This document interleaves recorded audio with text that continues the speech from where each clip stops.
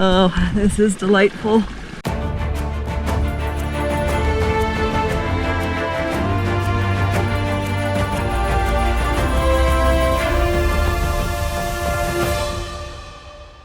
Good morning, folks. We are already underway, and I have made some progress down the road, and we are now officially on Highway 50, the loneliest highway in America. And if you're new to the channel, I'm Katie. That's Tuck. And this is my Jeep. And I'm on a really massive road trip, and I'm taking you guys with me. I've had a few adventures already this morning, but I captured absolutely none of it because I had my camera sitting on my dashboard instead of outside the car like it should be. I got recordings of the windshield or the dashboard. I'll have to see what we got once I look at them this evening. Okay, nope. I am reversing because we got into a patch of really slippy mud pretty fast. I've gotten really good at backing up the Jeep. Oh my God.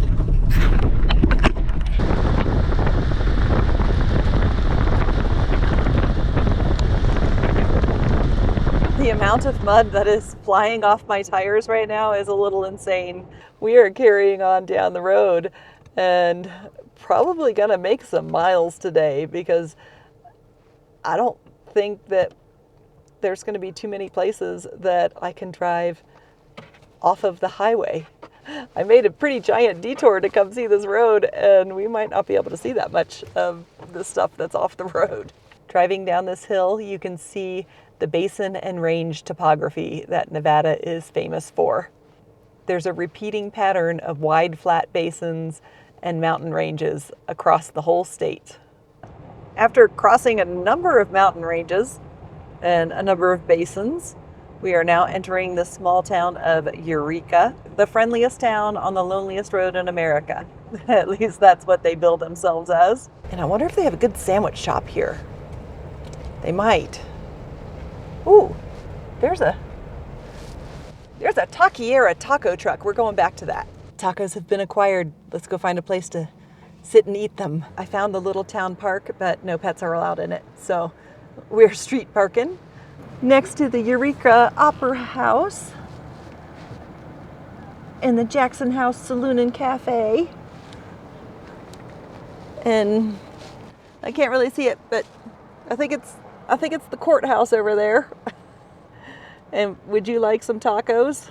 This is probably a meal in itself. I got some street corn and some al pastor tacos, pork tacos. That's a lot of food. I'm not gonna be able to eat this all. These little street tacos are quite overstuffed.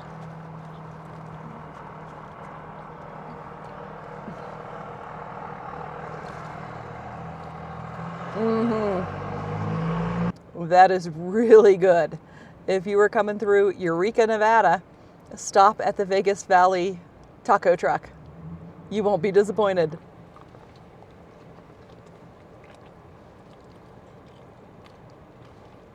Tuck likes it too.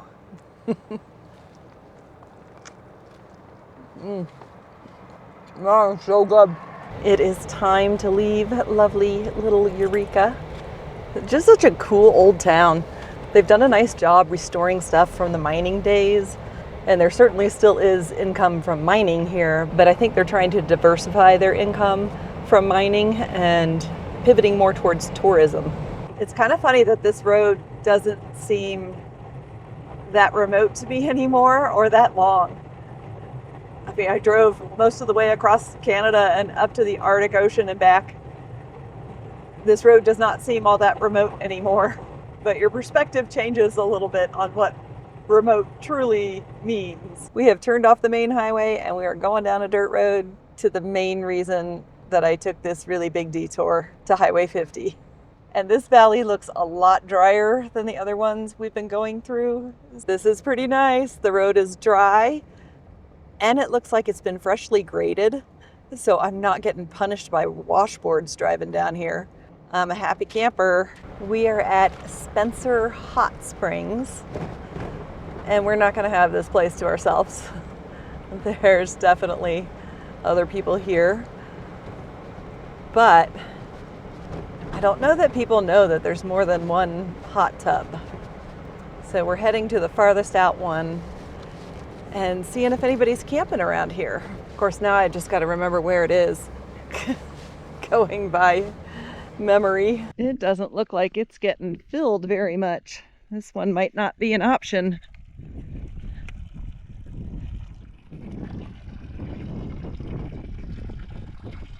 This tub is leaking, and so it's not getting filled. So we have to go closer to one of the other ones. We found a camp spot that's not too far of a walk to one of the pools. We have a big overview of the area right here, and over that direction was the pool that wasn't in such good shape. Straight ahead is another pool that is the hottest one of the group, and that's the one I want to spend some time in. And then up on the hill a little bit where that camper is up there is a third pool that's not as warm and has kind of a murky bottom to it. The nice thing about my camp spot right here is that I can see when people are going to and from the spring, but I'm not so close to it that it would be annoying. I did get a bit of mud on the tires finding my little camp spot here, and this is the bad kind of mud. I do plan to go sit in the hot springs a little bit, but first I'm going to finish my beans and rice that came with my tacos. This is dinner. There's a little piece of pork left for you. I'm fed. The dog is fed.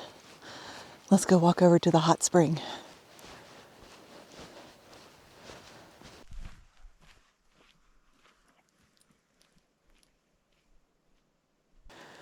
Here is hot spring number 1, and it's looking pretty toasty.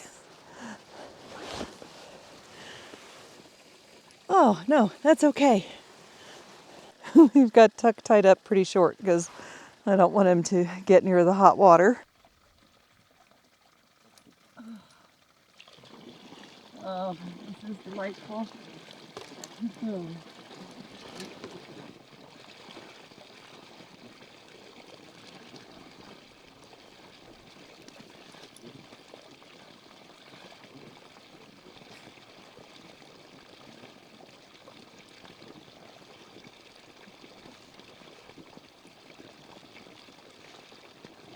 I was concerned that it would be too hot, but it is just perfect.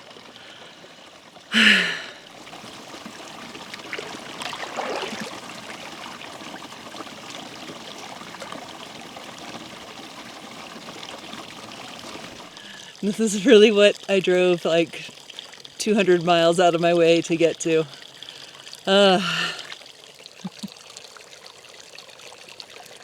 What a view! I think I'm going to spend a fair amount of time just sitting in here and soaking. This is so delightful.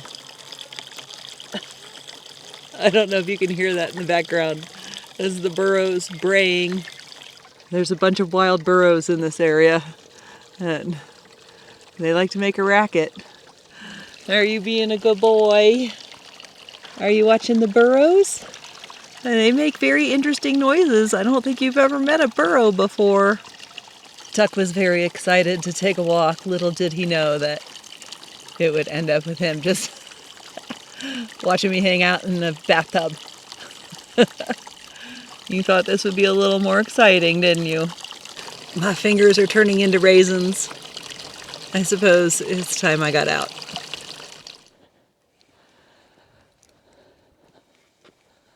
I'm losing the light. Even though it looks bright in the camera, it is not. The sun has set and it's starting to get darker, so I'm headed back to the Jeep. Find something good in there?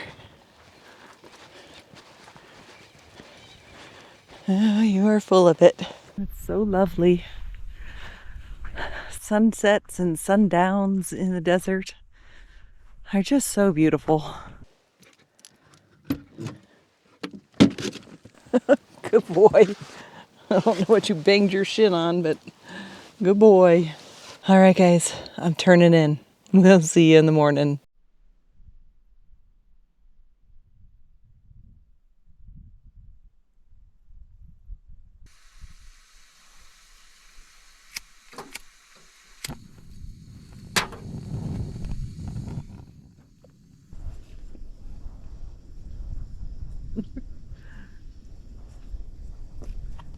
You already had some. Good morning, folks. It's a little chilly this morning. Like, I accidentally left the water bowl outside and it froze.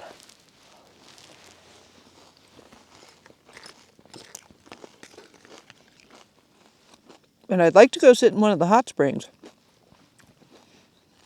but they've been kind of bogarted by a lot of people this morning. Like, too many. I can handle one or two other people, but there's like a party going on. You want a frosted mini wheat? Yeah. The party folks are gone.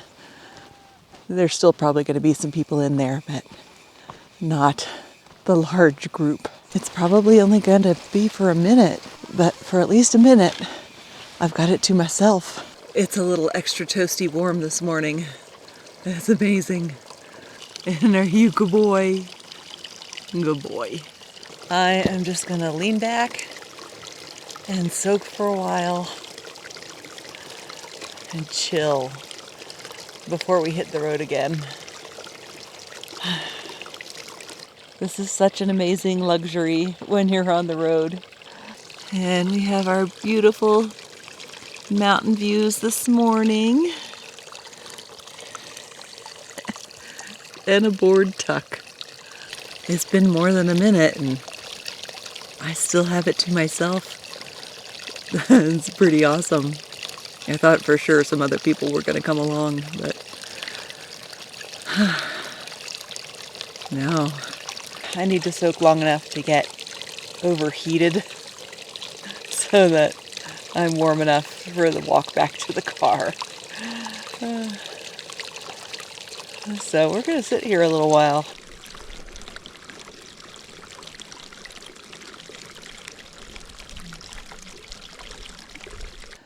I feel so very good right now. All of my muscles are relaxed. My brain is relaxed. It is a wonderful thing. I was unsuccessful making coffee earlier this morning because my propane was too cold. So I sat it out on my hood and let it warm up in the sun a little bit, and it's working much better now. Oh, that's much better.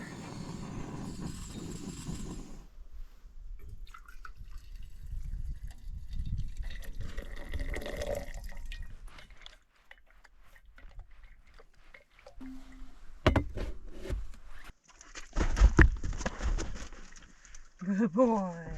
Watch your hand. All right. I think it's time to get this show on the road.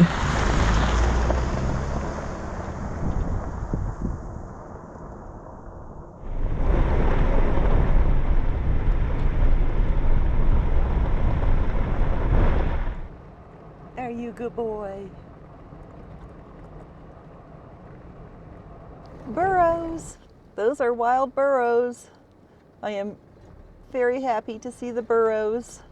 There's some more on your side, Duck. Oh, there they go.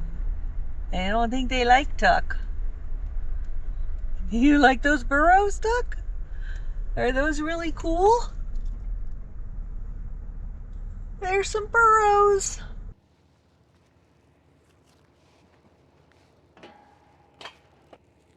It makes me probably irrationally happy to throw my trash away in the glitter barrel.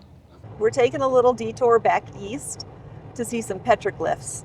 I passed by them on my way up here, but I was like, I just want to get to the hot springs. And they're not that far away, so we're going back a little bit and gonna check out some petroglyphs. I've driven by these petroglyphs on the highway any number of times, and we're finally going to go see them. This road isn't quite as dry as the road back to the hot springs, but we don't have to go very far on it, I don't think. And I think it's dry enough for us to get to the petroglyphs. It's a little snowy too, but I definitely prefer snowy to muddy.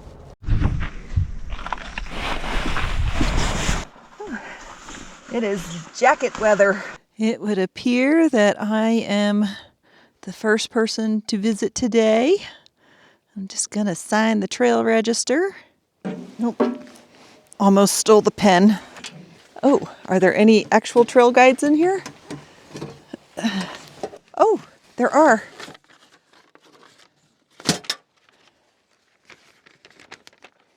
Well, that's nice. We've got a little guide to what we might see. Looking at the map, it says there's a point of interest right here. Oh, it says on the back. Oh. The point of interest right here is the pinyon pines, because they were an important food source for people and for animals. I did not know this, but the pinyon pine and the bristlecone pine are the Nevada state trees. Here is our first petroglyphs, and they're just some wavy lines and some scratchy lines, and some jerk named Aaron who scratched their name in it too. Yeah, these have totally been vandalized by people. There's modern writing along with kind of a horseshoe shape symbol, or I mean, I can think of other things that kind of looks like, but those are some petroglyphs. They don't know exactly how old they are, and some of them were probably carved later, but the oldest ones are potentially 12,000 years old, when this area was much more inviting and there were large lakes around and much lusher vegetation, and it would have been a lot easier living out here than it is right now. Oh, these are very interesting. This is the biggest panel at the site, which isn't a huge panel, but is probably pretty crazy old. And it's mostly curves, almost doorway-like. And then there's some vertical scratches with some diagonal shapes on them inside some other curves. I mean, what do those represent? What would you have been scraping on the walls here if you were living here 12,000 years ago? I don't know. Somebody is crazy this morning because of the snow. Yeah, who might be crazy this morning? Is the snow making you insane? You're just crazy?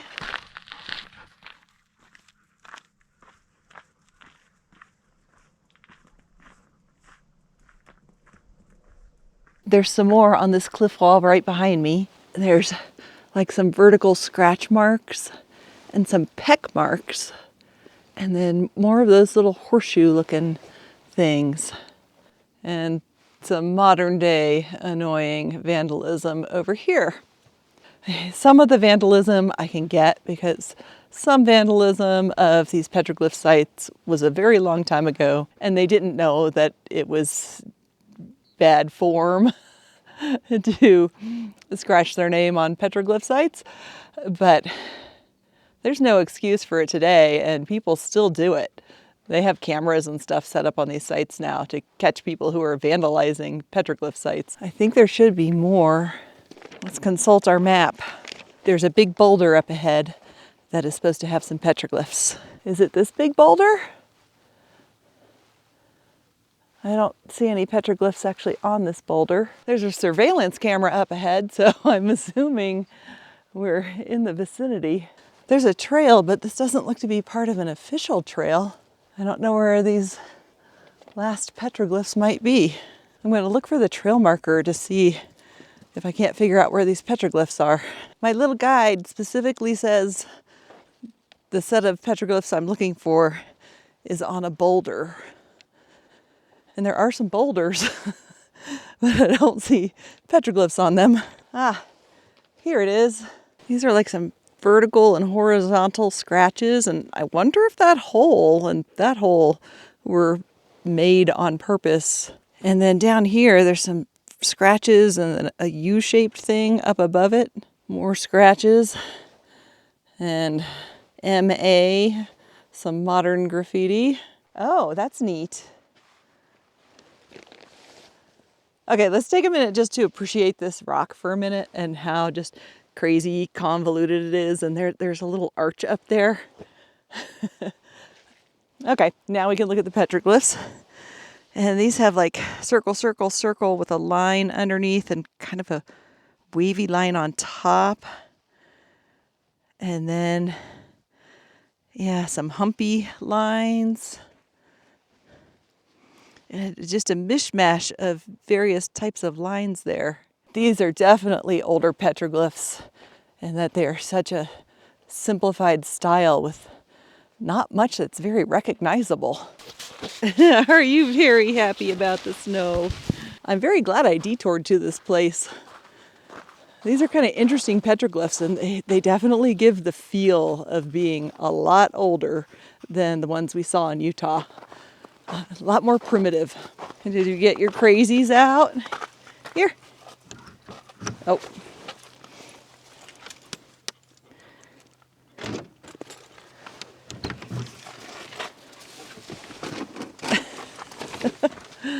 You are crazy today. Why are you so crazy? We are back to heading west, and the next town we're gonna hit after like 30 miles or so is Austin, and it's gonna be lunchtime when we get there, and maybe I can get a sandwich. In the summertime, this area is just completely brown, so it's actually nice to see some snow, because there's no doubt that the Nevada desert is pretty harsh, and it's not as dramatic and pretty as the Utah deserts, but it has its own charms. And now we're dropping down the mountains into Austin. And there's a little roadside memorial, so we're stopping to look at it. It's a memorial to Cole Nicholas Thayer. This is a pretty modern memorial, and he looked pretty young. Oh, he was young. He was 22. They've got a nice bench here and solar lights to light up the memorial and the flag. And I suspect maybe he liked to drink, since there's Coors and Jack Daniels placed at his memorial. Okay, time to carry on. We resume our drop down into Austin. And I think the mountains are actually getting higher as we go from east to west. They're more snow-capped in the distance. I don't know if that's actually true, if they are actually getting higher, but it seems like they might be. The drop down into Austin is very twisty and turny, which is nice. It's pretty sleepy in Austin today. Oh, the cafe is not open. I wonder if much of anything is going to be open. This is the historic Austin Courthouse. I think all that's going to be open is the gas station. And we need gas, so we will stop and get some gas.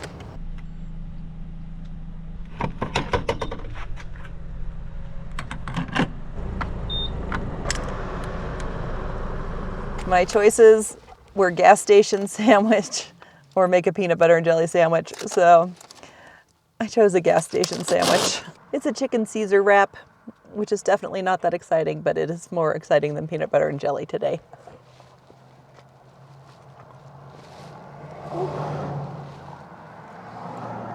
It's not bad. There's a castle in Austin, legitimately a castle, but you can't see it going this direction. And I looked at the road going to it, and the road is not passable right now. But maybe once we get past town, we'll be able to look back and see it. It was built by one of the silver barons back in the day. I'm guessing late 1800s. And it's crumbling down now, but it is there. We've just gone through town, and up on that hill is the castle. I'm gonna try to kind of zoom in on it, but I don't know if I'll be able to. Ah, there it is. There's a castle up on that hill. We've turned off the main Highway 50 onto Old Highway 50, and we are venturing into what for me is uncharted territory. I strongly suspect there is really, really nothing on this section of Highway 50, but we're gonna find out. They rerouted Highway 50 here in the 60s or 70s so that it went over a less twisty, turny portion of the mountains. And apparently they don't really maintain this road as much. So I'm just assuming it's going to be passable in winter. Hopefully it's passable in winter. And we're going to see what's down here, because this is not a road I have taken before. And I don't have a clue. And as far as loneliest roads in America go, I'm pretty sure this portion of old Highway 50 probably still qualifies as the loneliest road in America. A lot of people actually drive Highway 50 now. It's not really the loneliest road in America anymore. But this little portion of old Highway 50, I suspect it might be. Hey cows. How you doing, cows? How's your day going? Those cows were outside the fenced area. I will have to be paying attention to make sure if I come upon any other cows that I slow the heck down. Horses on the road now. I wonder if those are feral horses. They sure could be out here, and they look kind of stocky and rangy like I expect from a feral horse. Is this a lake? Or is it a massive snow-covered playa? I don't know. I will have to look at the maps afterwards and I will tell you.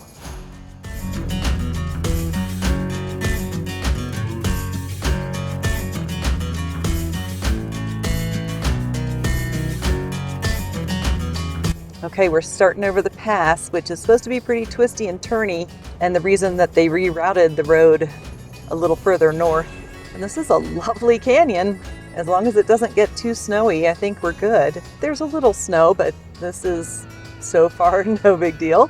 We're going by a river, which I can't actually see the river, but I can see all the vegetation that doesn't grow anywhere except for by a river. Well, you can't see something like this and not stop. This is an old abandoned house. Looks like an old farmhouse. And yeah, that floor doesn't look stable, so we're not going wandering in. But it's obviously seen some parties and some graffiti.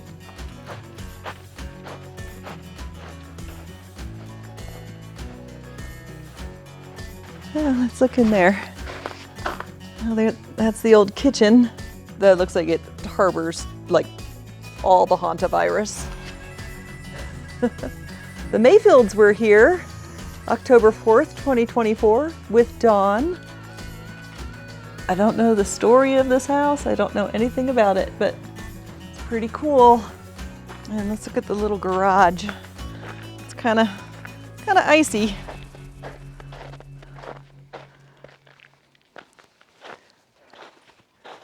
Yeah. Somebody left a mattress. That's nice. I have no idea what that graffiti says, well, except for the top part that says road trip. And there's a fire pit under those trees. Like, it looks like people camp here. And there's the little stream that I've been suspecting is present as I've been driving down the highway. I assume this was an old ranch house or farmhouse back in the day. It couldn't be much of anything else out here. I'm furiously knocking on wood right now, but so far this road seems just fine. I imagine it's a different story right after a snowstorm, but it seems fine right now. It is very twisty turny, so I can definitely see why they would change the route to something a little less twisty turny. But if you're not driving a semi and you're driving the loneliest highway, I am going to recommend taking this road as long as you're comfortable being very in the middle of nowhere with no services, no towns, no people. There's a car or a van. Looks like a van lifer type person. That is literally the first car that I have seen on this road. This is such desolate territory, but there is absolute beauty in this level of desolation. Perhaps it's an acquired taste, but it really makes you feel something. It really makes you feel small. It really makes you feel a little bit small and vulnerable, maybe would be the right words.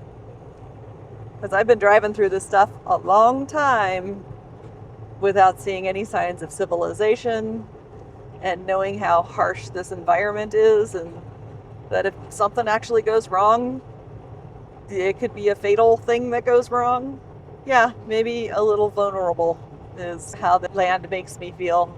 I don't think feeling vulnerable and maybe a little nervous is a bad thing, because I think you should do some of the things that kind of scare you. Push your boundaries a little bit, and life is richer for that. And here endeth our old Highway 50 detour. And if I'm seeing things right, I think this puts us right at the Highway 50 shoe tree. It does put us right at the shoe tree. And I'm only stopping here for half a second to show you guys. There's this tree in the middle of nowhere on Highway 50 where people have tossed their shoes up on the tree. Like a lot of people. And this is the shoe tree. It is absolutely covered with shoes.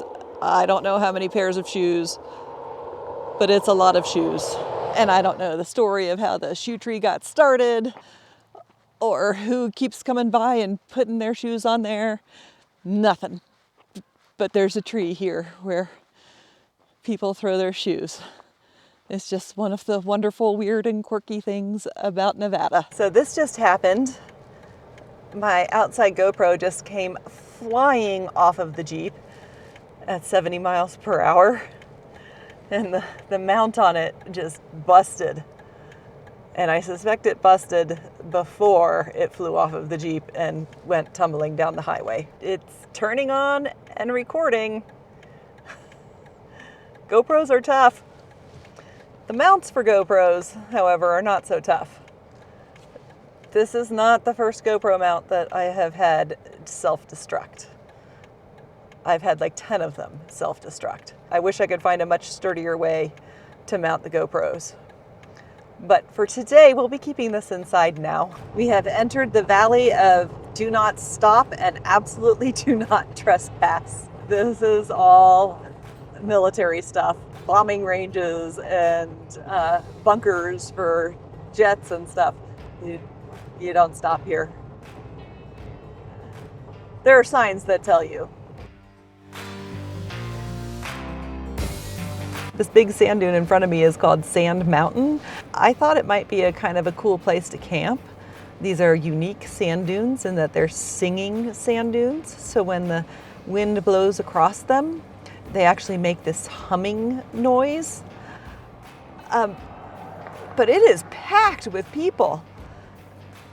And people that are riding ATVs and who knows what's all over the sand dunes. And that just does not appeal to me. So we're gonna head down the road. The sand dunes are a little unusual in the Nevada desert. There aren't too many of them, but these were formed by ancient Lake Lahontan. And if you've seen my Burning Man videos, that big old playa way up north in Nevada is also part of Lake Lahontan. And in this particular area, sand from the lake blew across the lake and got deposited in front of the mountains. We're not too far from Fallon, Nevada, and I'm driving back a BLM road and hoping it doesn't get muddy and that I can find a place to camp. Well, the problem isn't going to be finding a place to camp. It's going to be finding a place to camp that somebody else isn't already camped in. And maybe it's the weekend. Oh, it's Saturday. I never have any idea of what day of the week it is. But yeah, everybody's out on Saturday leave and camping. We're heading down this little spur road and seeing if we can find a camp spot back here that isn't taken.